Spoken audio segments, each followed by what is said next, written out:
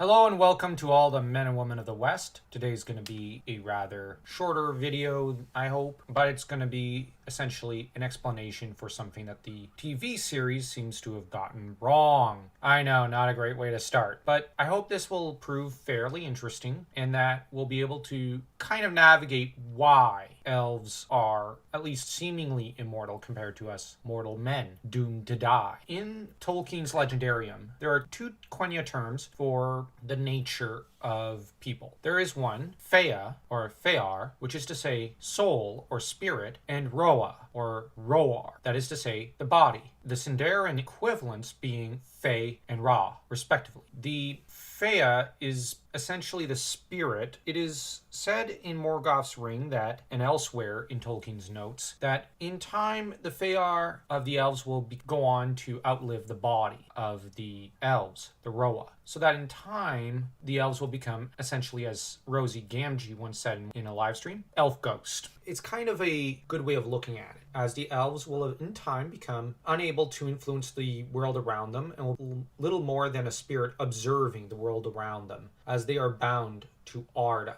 As to the Roa, the bodies of the elves, the Roa, is longer lasting than that of mortal men. It is also immune to disease, and generally doesn't stagnate like ours. The elves have a lot more in common in terms of their Fea, in some ways, to the Valar. Now, the Valar could incarnate themselves, because they are pure Fea, into Roa. That is to say, incarnate themselves into bodies, creating for themselves kind of a container. And this container, or body, could then be used to interact with the mortal realm. But you have to bear in mind that the Valar are basically the authors, in a way, the co-authors with Iluvatar of the story of Middle-earth. That is to say, what is happening in the world. So that the Valar, in order to interact, have to take on mortal shape eventually. A good case in point is Olorin, or Gandalf, or Mithrandir, as he is also known. Olorin had to create for himself a body, that is to say, the physical embodiment that we know him as. And this body looked like that of an old man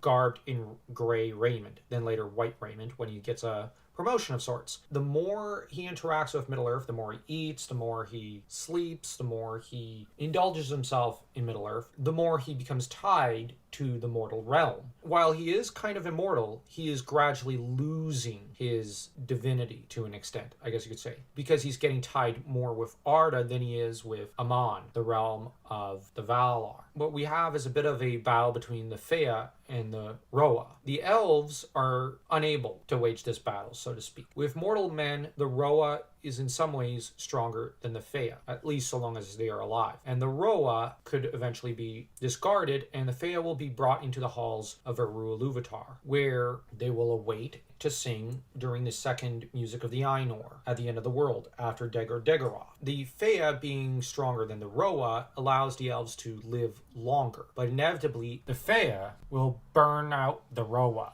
unless, of course, they die through violent means and are sent to the halls of Mandos, where they can wait to either be reincarnated. You should not use this as one term, but rather re-incarnate, because they are being reborn in a way with a new Roa. But it is the same Fea, the same person in spirit and soul that it was before. So the spirit being so powerful, so mighty on the part of the elves is really why they are so immortal. They are tied to Arda itself and to Arda marred, I guess you could say, because Arda was marred by Morgoth pouring his energy, parts of his Fea, into his ring, which is to say Arda itself. That said, now that we've kind of discussed how the Fea is consuming the body of, or the Roa of the elves, and that they are not really immortal, we can now discuss the problem with the lore of immortality in the Rings of Power. They run with the idea that Mithril, I think, was created from lightning striking a Silmaril in a tree, which is utterly laughable. The Silmarils, for their parts, were separated into three places. One is in the heavens as the morning star with Eorendil. The other was chucked into the sea by Maglor, could not handle how it was burning the flesh of his hand. And for more information on Maglor, you can check out our live stream with Girl Next Gondor. The link will be provided in the comment section. As to the last one, Maethros, clutching it in his left hand,